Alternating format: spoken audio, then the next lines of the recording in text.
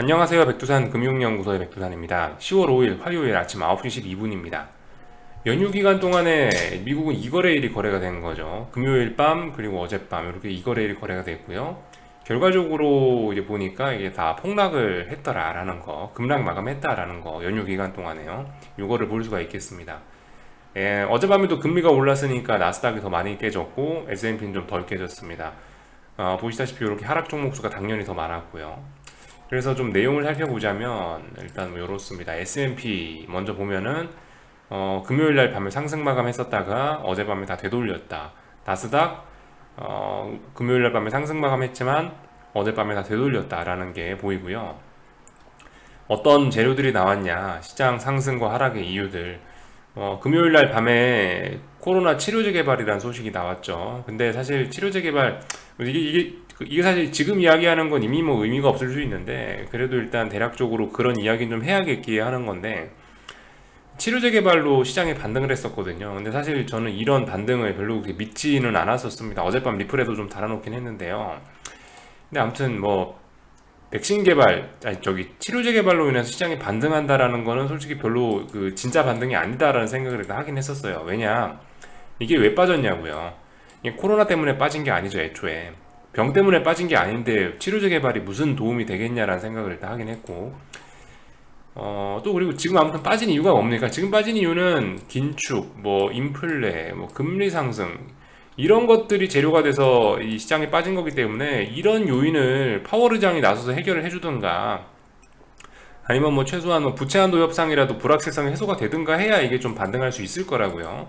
아니면 기술적으로 뭐가 좀 너무 문제가 생기거나 그런 반등할 수 있을 텐데 근데 아무튼 지금 같은 경우는 그죠? 지금 같은 경우에서 아무튼 그 치료제 개발이라는 재료로 이게 반등을 한다라는 건 별로 어쨌든 좋은 건 아니었다라는 생각이 듭니다. 한편으로 또 치료제 개발이라는 이슈를 생각을 해보면 지금 이제 인플레이션이 어쩌고저쩌고 하고 있는데 치료제 개발되면 어떻게 되겠어요? 치료제 개발되면 지금 안 그래도 뭐 물가가 오르니 어쩌니 저쩌니 하고 있는데 이제 그 전염병에 대한 이슈가 완전히 치료제 개발로 인해서 완전히 다 사라지고 이제 우리 모두가 일상으로 돌아간다면 뭐 경제가 더욱더 활성화되지 않겠냐. 근데 지금 여기서 활성화가 되면 인플레이션이 더욱더 엄청나질 수 있겠죠. 오히려 이런 치료제 개발이라는 소식이 인플레를 더 자극시킬 수도 있겠다라는 생각을 개인적으로 좀 해보긴 해봤어요. 이게 얼마나 타당성이 있을지 모르겠는데 뭐 불가능한 이야기는 아니지 않습니까, 그죠? 그래서 하여튼 뭐 이런 생각들을 좀 해보긴 했어요. 어쨌든 어젯밤에 되돌렸습니다. 근데 이제 이렇게 뭐 미국이 또 폭락을 했다라고 해서 이게 이제 앞으로 계속 연속된다 무조건 이제 또 그렇게 보시면 좀 곤란할 수가 있을 것 같아요. 뭐 예를 들면은 일단은 제가 봤을 때 일단 어떤 목표치 같은 건 일단은 충족이 됐다라고 생각합니다. N자의 목표치요. 이게 예를 들어 나스닥인데 그죠? 나스닥에 대략적으로 어젯밤에 보시면 어떤 N자로서의 목표치는 대략적으로 다 충족이 되지 않았냐 싶어요. 물론 이게 오해하시지 말아야 될 게 N자 목표치 충족이 됐으면 이제 앞으로 안 빠지냐 더 빠질 수도 있어요. 언더슈팅이란 게 있을 수 있기 때문에 근데 일단은 어느 정도 제가 생각한 거는 목표치 정도는 조금 좀 다 충족이 된 면도 좀 있는 것 같고 또 그리고 일단 이런 변동성 지수들도 뭐 어느 정도 좀 박스권 상단까지 좀 와 있으니까 우리 좀 어쨌든 하방 숏을 이런 자리에서 추격은 하지 말자라는 거 반등을 활용해서 매도는 가능하겠지만 어쨌든 간 하여튼 뭐 그런 생각이 좀 듭니다. S&P 같은 경우는 솔직히 조금 덜 빠졌다라는 생각이 들긴 들어요. S&P 같은 경우는 아직 뭐 하락엔짜 이런 이야기를 해보면은 조금 덜 빠졌다라는 생각이 들긴 드는데 아무튼 지금 이제 하락의 대장인 나스닥은 어느 정도 일단 목표치도 좀 충족한 것 같다라는 생각은 듭니다. 근데 그렇다고 해서 이제 어젯밤에 이런 하락이 그러면 어젯밤에 하락은 뻥이고 뭐 의미가 없냐 그건 아니고 어젯밤에 하락에서 볼 수 있는 거는 뭐 예를 들면 이런 상징적인 의미들은 있을 것 같아요.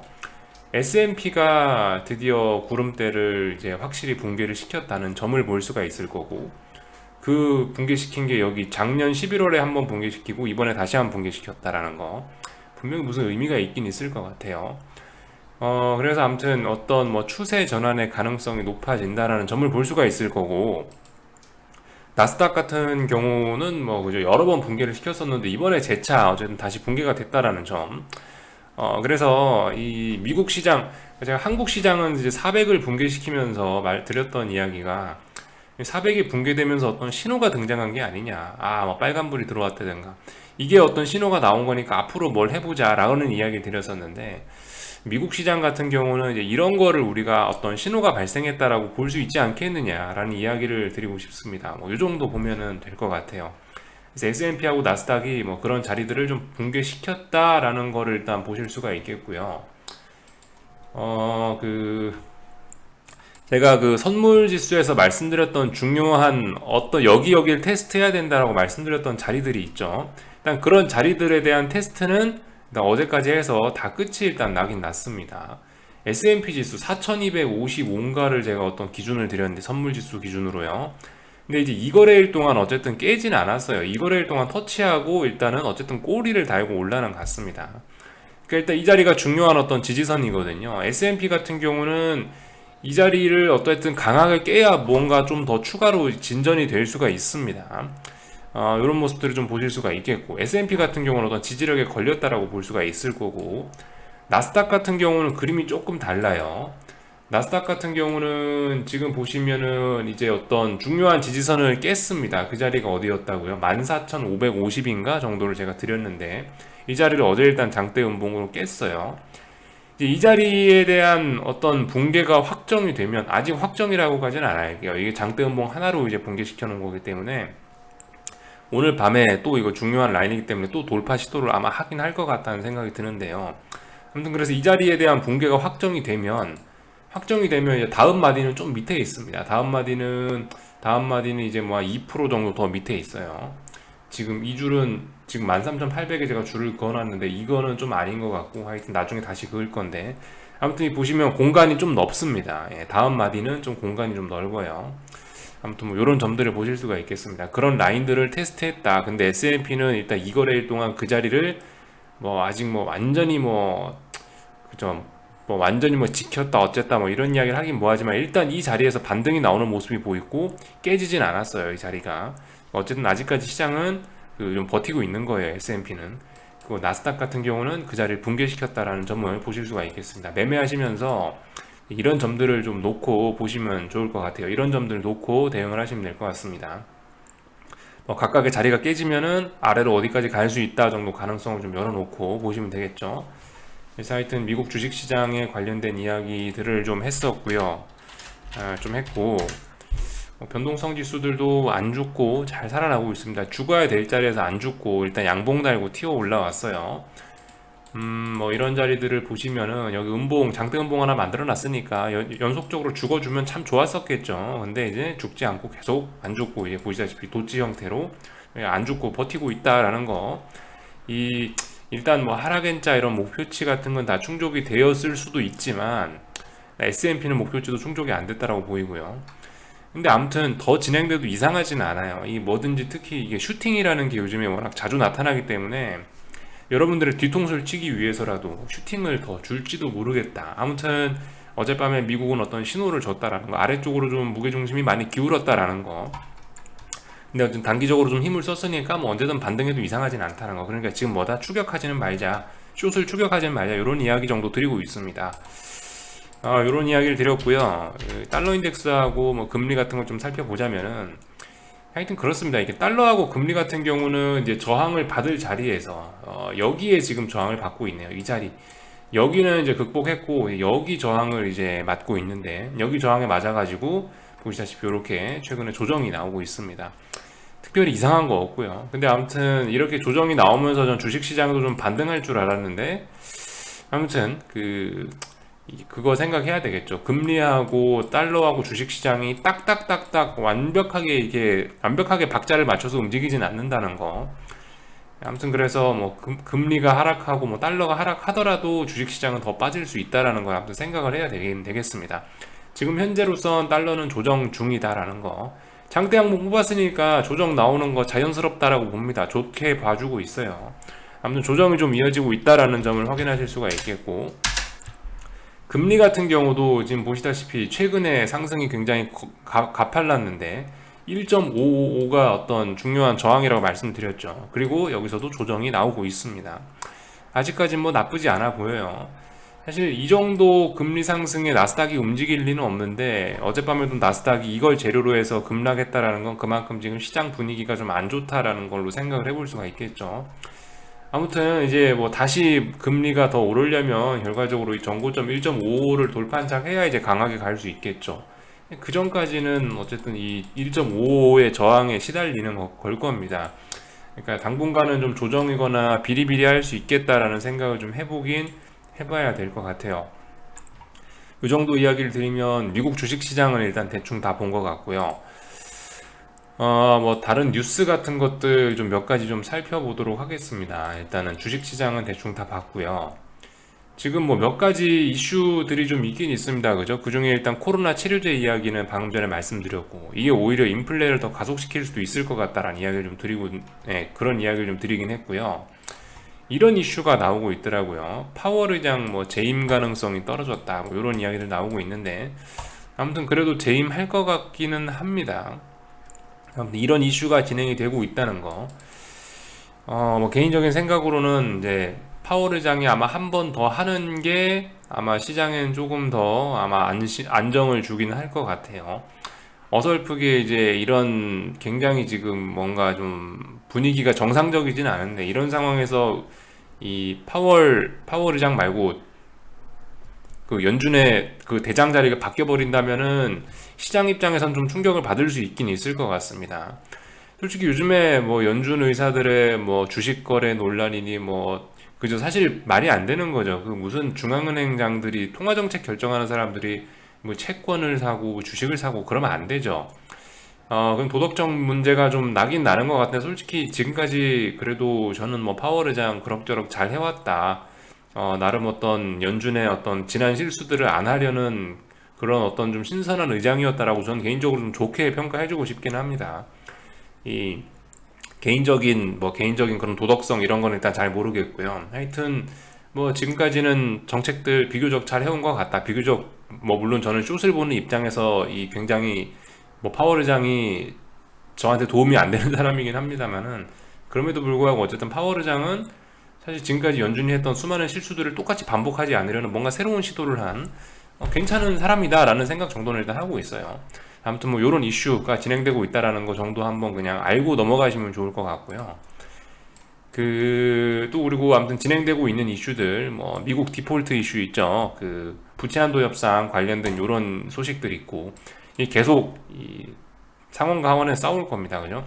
10월 18일인가까지 표결하지 않으면 디폴트 난다고 하니까 요거 잊으시면 안 되겠고요. 뭐 대중 관세 유지한답니다. 미중 무역 분쟁은 계속 지속 중이다라는 거 잊으시면 안 되겠고요. 또 그리고 그 지금 보시면은 국제유가 관련된 이야기를 한번 하긴 해야겠네요. 어젯밤에 국제유가가 급등했습니다. 또 다시 국제유가가 어젯밤에 몇 프로 어젯밤에 한 2.3% 오르면서 이 신고가를 썼어요. 말씀드렸다시피 지금 이게 여기서 멈췄다가 하락 전환을 할지 아니면 멈췄다 더 오를지 모른다라는 이야기를 드렸는데 일단 멈췄다가 더 올라가는 쪽으로 방향을 잡았습니다. 지금 이렇게 오른다고 이게 코스피에도 좋겠지 이렇게 생각하면 안 될 것 같아요. 물론 원자재 가격은 비스무리하게 코스피하고 원자재 흐름하고 비슷하게 가긴 가는데 아무튼 지금 이렇게 원자재가 오르는 거는 시장이 이거를 인플레이션 우려 자극 뭐 이런 식으로 해석을 하고 있기 때문에 주의해야 될 거다라는 거. 그래서 이 국제유가 숏 잡으신 분들은 이거 당연히 일단 도망가야 되는 부분일 거고요. 이 말씀드렸다시피 이 어떤 자산 흐름 사이클에서 주식시장이 먼저 꺾이고 그 뒤로도 유가라든가 이런 원자재 가격은 계속 더 오르는 경우도 충분히 있었다고요. 2008년 금융위기 직전에도 뭐 그랬다든가 그런 경우들이 충분히 있으니까 이거 말이 안 되지 않냐? 말이 안 되지 않습니다. 뭐 논리적으로 봤을 때 충분히 가능한 일이에요. 역사적으로 몇 번 있었던 일이고요. 유가나 이런 원자재들의 랠리는 주식시장이 꺾여도 계속될 수 있다라고 일단 그런 가능성 열어놔야 될 것 같아요. 어쨌든 뭐 유가는 그럴 수 있다라고 칩다. 근데 어쨌든 그 다른 자산들은 또 안 그럴 수 있어요. 그러니까 어쨌든 본인이 좋아하는 그런 자산이 있으면 유가에 너무 신경 쓰지 말고 예를 들어 난 구리를 매매한다. 그럼 구리만 보세요. 유가를 매매한다. 그럼 유가만 보시고요. 지금은 어쨌든 모든 원자재들이 다 오르고 이런 건 아니거든요. 그 뭐 중국 이슈 뭐 등등 이런 거 저런 거 해가지고 뭐 일부 많이 올랐던 것들은 급락을 하고 일부는 급등을 하고 막 지금 원자재 시장도 일정한 흐름이 있는 게 아니고 개판이 됐습니다. 그렇기 때문에 뭐 어쨌든 유가의 흐름은 이렇다라는 거를 좀 알아놓으실 수가 있겠고, 아무튼 이 유가가 대표적인 원자재니까 이게 어쨌든 인플레이션이나 세계 경제에 가장 영향을 크게 미치니까 유가의 흐름은 어쨌든 체크는 하긴 해야겠죠. 계속 올라갈 가능성은 좀 있어 보입니다. 당장 조정이 나올진 모르겠지만 더 올라갈 가능성은 있어 보여요. 왜냐하면 전고점 자리를 지금 몇 거래일 동안 매물 소화하고 이걸 딛고 일어난 거기 때문에 여기가 이제 지지선이 됐어요. 그래서 좀 어쨌든 이런 부분 잘 봐야 되긴 되겠습니다. 국제유가가 신고가를 갔네, 이런 거를 좀 알아놓으시면 좋을 것 같고, 그 중국 부동산 관련된 이슈도 계속 진행되고 있죠. 참고를 해야 될 겁니다. 예를 들면 우리가 어제 쉬는 사이에 헝다가 거래 정지가 되었다라는 소식이 나와 있고요. 또 그리고 중국 부동산 업체 화양연 4일 만기 도래 달러채 상환을 못했다라고 합니다. 이런 어쨌든 불확실성들이 계속 지속이 되고 있는 한 시장이 좋지가 못하겠죠. 실제로 그래서 어제 이것 때문인지 어쩐지 모르겠는데 홍콩이 또 급락을 하기도 했고요. 이런 점들을 보실 수가 있겠습니다. 참고하셔야 되겠죠. 그리고 지금 중국 본토 증시는 휴장 중이라는 것도 기억하셔야 되겠습니다. 왜 중국 문 안 열지 하시면 안 되겠죠. 목요일까지인가 중국 본토는 쉰다라고 합니다. 홍콩은 제가 알기로 계속 하는데요. 중국 본토는 쉰다라는 거 기억하셔야 될 겁니다. 그죠? 요거 아무튼 뭐 무슨 부동산 회사가 뭐 채권을 뭐 상환을 못했다 이런 이야기 나오고 있고요. 요것도 봤고. 그래서 아무튼 중국 같은 경우는 부동산이 빵빵 터지고 뭐가 빵빵 터지니까 뭐 부양책을 쓰고 있지만 뭐가 좀 그죠? 미국이 이제 수도꼭지 잠글라 그러는데 인플레가 어쩌고 저쩌고 하고 있는데 부양책 전망 또 큰일 날 수가 있겠습니다. 그죠? 인민은행 여기서 또 부양책 쓰면은 또 미국에서 야 이거 인플레 난다 이럴 수도 있을 것 같아요. 지금 뭐가 하여튼 미국이 수도꼭지를 잠그기 시작하면서 세상 흐름이 정말 골 때리게 됐죠. 모든 것이 좀 예전엔 착착착착착착 이렇게 맞게 잘 돌아갔다면 지금 뭐가 하나가 딱 어긋나니까 이제 다 같이 어긋나고 있죠. 아무튼 이런 점들 보실 수가 있을 거고 하여튼 이런 뉴스들도 나오고 있습니다. 제가 예전에 한번 드리긴 드렸던 이야기인데 뭐 중국 전력위기 관련된 이슈들 있긴 있는데 아무튼 뭐 이게 중요한 것 같지는 않고 지금 당장요. 뭐 인도에도 뭐 전력난이 어쩌고 저쩌고 하고 있다랍니다. 하여튼 중국하고 인도에서 뭐 이런 이야기들이 나오고 있다면 미국 파월 의장이 야 이제 쟤네들이 만들어낸 인플레이션이 조만간 미국에 닥칠 텐데 라는 생각을 하면서 이제 막 뒷목을 잡고 있겠죠. 이런 점들까지 생각하면은 우리가 웬만한 이슈는 다 본 것 같습니다. 한국장 넘어가기 전에 뭐 어떤 이번 주에 무슨 이슈가 있나 좀 잠깐 좀 살펴보고 넘어갈게요. 한번 볼까요? 이번 주는 특별한 게 일단 중국은 목요일까지 휴장이죠. 그게 일단은 하나의 우리가 알아놔야 될 점인 것 같고요. 통화정책회의가 있네요. 통화정책회의가 아니고 저기 말 잘못했습니다. 하여튼 수요일 밤에 그 미국 고용지표 나오니까 고용지표 보시면 될 것 같고 목요일날 밤에도 뭐 고용지표 그죠? 신규 실업수당 청구 건수 나오고요. 금요일날에도 그러니까 이번 주 10월 첫째 주인데요. 10월 첫째 주에 굉장히 중요한 어떤 고용 지표들이 많이 나오게 되네요. 그죠? 지난번에 지금까지 늘 문제가 됐던 거, 논팜 페이롤스라는 거, 요게 굉장히 지금까지 시장을 많이 흔들었던 고용 지표잖아요. 이게 이번 주 금요일에 나오네요. 이거 잘 보셔야 되겠습니다. 엄청난 서프라이즈가 나오더니 엄청난 쇼크가 나오고 이번엔 또 어떻게 될까 한번 또 기대를 해보도록 하겠습니다. 이번 주 어쩌면은 뭐 요런 것들을 재료로 해서 시장이 좀 많이 움직일 수 있어요. 아무튼 요거 잘 보셔야 될 겁니다. 금요일 밤에 있는 고용 지표요. 그래서 요 정도 이야기를 드렸고 한국 시장 얼렁 넘어가 보겠습니다. 한국은 당연히 일단 개파락 출발을 하긴 했는데요. 제가 이제 숏을 보는 입장에서는 저는 오늘 반등했으면 좋겠어요. 적당히 안 빠지고 이렇게 좀 버텼으면 좋겠습니다.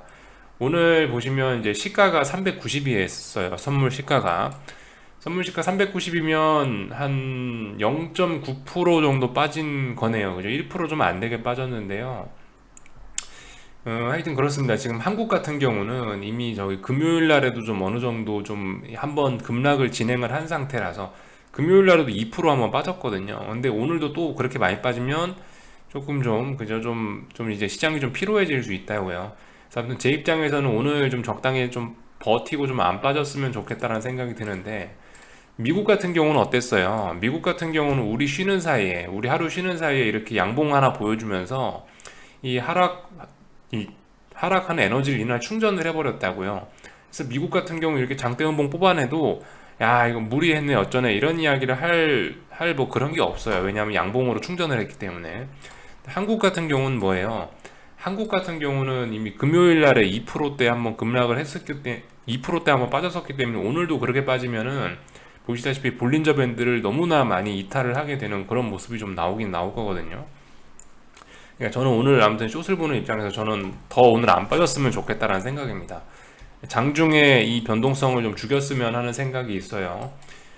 보시다시피 그죠? 변동성 지수가 지금 20일 어떤 저항 근처까지 갔는데 이 부분에서 오늘 만약에 장중에 반등을 하지 못하고 오늘도 급락이 쏟아진다. 그러면은 오히려 이제 다음번에 어떤 반등이나 이런 게 굉장히 세질 수가 있을 겁니다.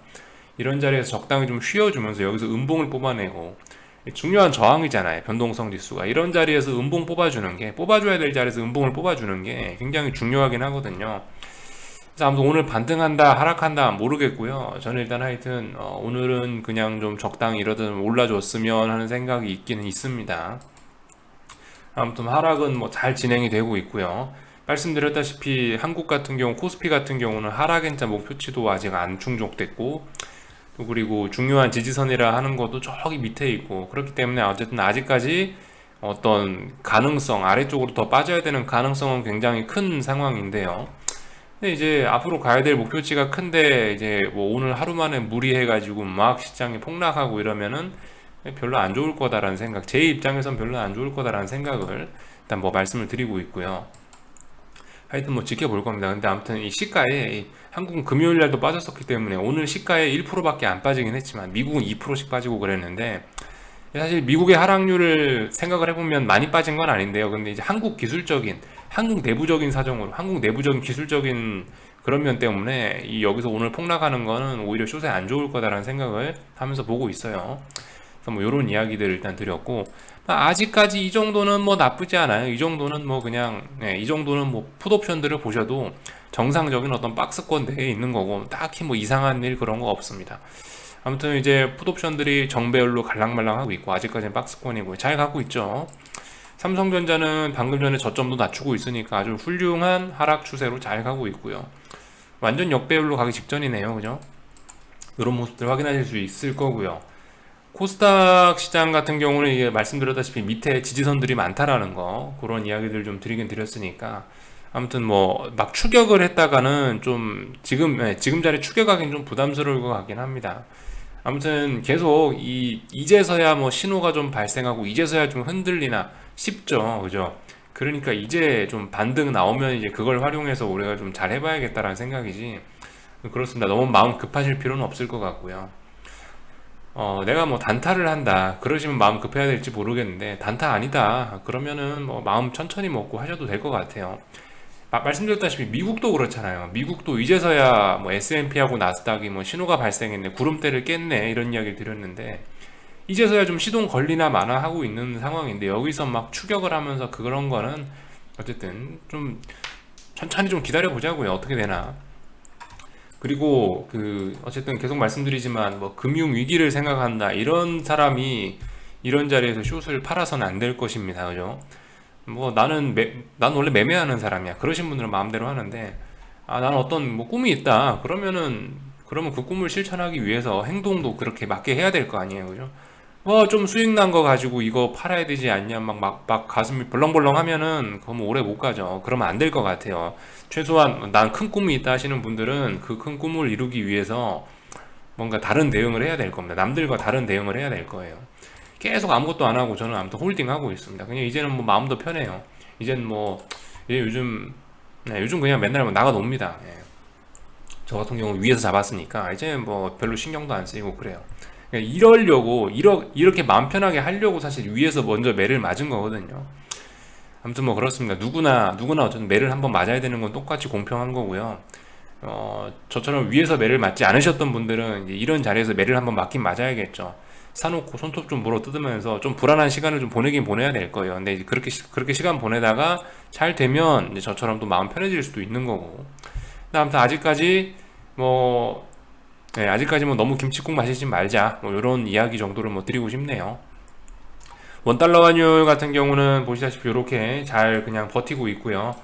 이 1190원이 저항입니다. 1190원이 저항이고요. 그리고 여기서부터 여기까지 올라왔던 속도도 좀 가파르기 때문에 전 90원에 대한 저항을 소화하는 과정이 이렇게 필요하다라고 보고 있어요. 나쁘지 않은 것 같아요. 이렇게 저항 소화해서 또 넘어가면 이건 어쨌든 90원을 넘어가겠다는 모습인 것 같아요. 90원 넘어가면은 다음에는 뭐 1200 얼마 때까지 또 가야겠죠. 위쪽으로 가면 갈수록 이제 저항이 옅어집니다. 저항이 별로 없어요. 보시다시피 위쪽으로 넘어가면 변동성이 커졌기 때문에 거의 뭐 지지선, 거의 뭐 저항 이런 개념이 없습니다. 아무튼 지금은 1900원대를 소화하고 있는 것 같다라는 모습 보이고 있습니다. 여기서 뭐 좀 더 빠져도 이상하지 않고 여기서 바로 올라도 이상하지 않은데 아무튼 일단 더 올라가려고 매물 소화하는 모습이다. 뭐 완벽한 뭐 정배열이고요. 눈에 보이는 대로 말씀드리고 있습니다. 그래서 이 정도까지 할게요. 궁금한 거는 리플 남겨주시고요. 네, 여기까지 하겠습니다. 오늘 저녁에 뵐게요.